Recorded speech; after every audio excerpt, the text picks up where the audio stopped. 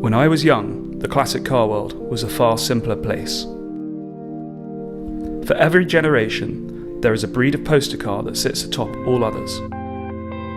Adorning bedroom walls, these cars were always seemingly unobtainable, the fastest, the rarest, and the most expensive. Back then, we didn't dream of practical hatchbacks or comfortable SUVs. This is the era that changed everything. These are the cars you just won't see in public, not outside the best shops in London, not on the concourse fields, and not even at the biggest motor shows. These cars were built in such low numbers with such meticulous focus on their racing design requirements that even for the road cars, usability was usually a stretch. These cars are so exceptional, they border on being mythical. These are the unicorns. GT racing cars have the greatest appeal of all cars to the wider audience. Why? Well, because of their direct links to more regular production models, and because we can all imagine ourselves in one, driving down our favourite road.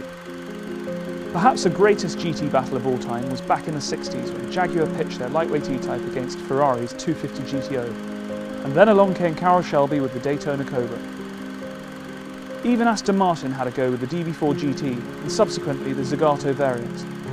All of these cars could trace their roots back to a road model from the same brand. But in the mid-90s we saw a battle ensue that again involved some of the biggest manufacturers in the world. This time the players were different, but the stakes were even higher. Group GT1, also known as GT1, was a set of regulations created for Grand Tourer racing. The category was first created in 1994 as the top class of the BPR Global GT Series and was included in the 24 Hours of Le Mans. In 1997, after the BPR Series came under the control of the FIA, it became known as the FIA GT Championship. In this feature, we're going to focus on the three most famous road variants of these GT1 races that played centre stage in the fierce competition and all its surrounding hype. So let's now take an in-depth look at each car individually.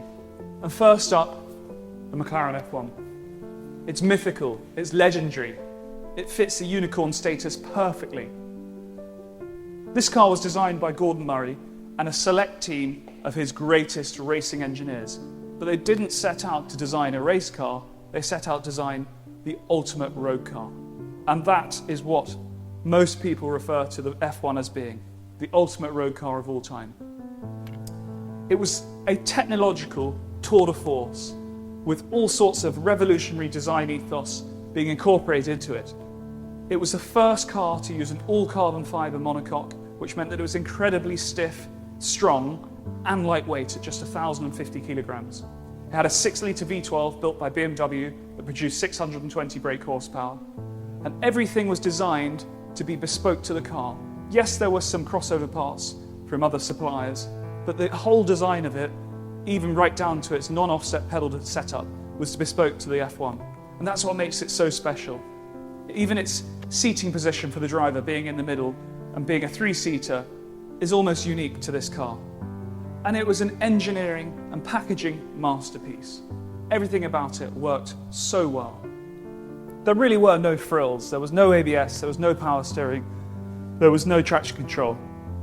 And you can see from the design, it was a very clean, simple, pure design. And compared to the other cars that we're looking at today, it's incredibly compact and small. Yet it can take 3 people and it can take the most luggage. It's quite incredible, really, that it did those as well as being that.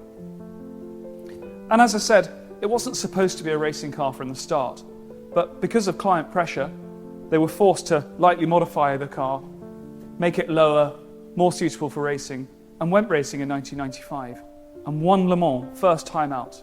Of course, they always planned to build more than 25 cars, so it immediately qualified for the criteria of the GT1 race series. And it was this car that sparked the arms race that ensued. But first of all, more about this particular car.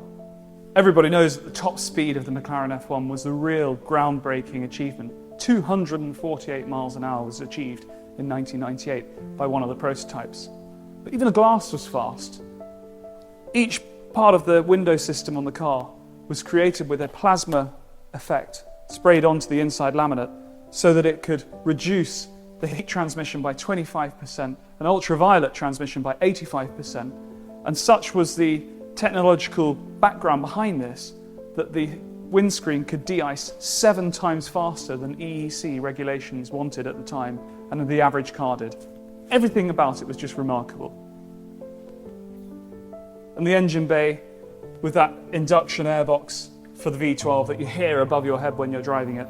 And of course, the gold foil lined engine bay for heat reflection.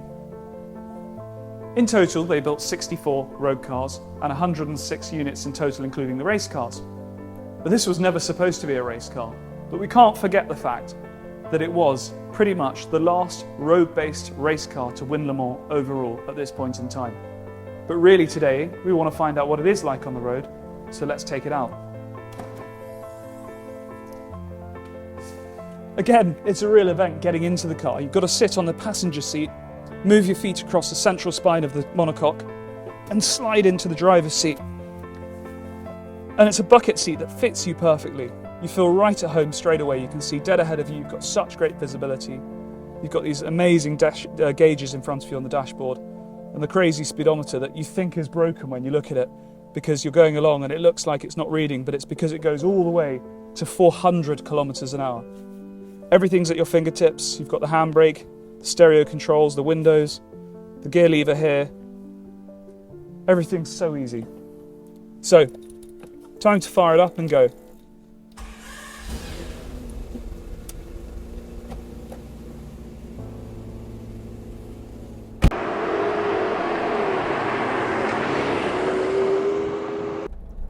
And immediately you just think, this thing is so silky smooth. It's so clean and easy. And I guess that's the BMW heart.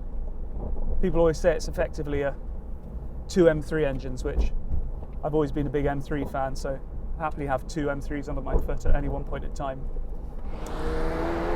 And always that first, second to third, you're always worried, did I actually get third there? But you're sitting in the middle, it's got great ride, it's comfortable. I'm already sort of whizzing along and I feel like I'm totally in control of the car. I think a lot of these bigger cars you can often feel slightly nervous and apprehensive about the way in which you're going to drive it, but I want to put my foot down already, you know. And that noise, the induction behind your head, just impossible to beat. Love it. You go to turn in. Now at slow speeds, it's quite heavy steering. It doesn't really have an awful lot of self-center to it. But you always want to be engaged in this car. And again, because you're in the middle of it, you feel focused. You feel like you've got to be involved in the drive the whole time. You get over that. You don't worry. And like I said, immediately you just want to push straight away. But I'm not going to push too hard today. It's a bit greasy. Okay, so what do we want to get out of this? Well, we want to hear what it sounds like at 6,000 or 7,000 revs, of course. So here we are at the mile straight at Millbrook. 2,000 revs. Bit of wheel spin. Quite a lot of wheel spin. Third gear.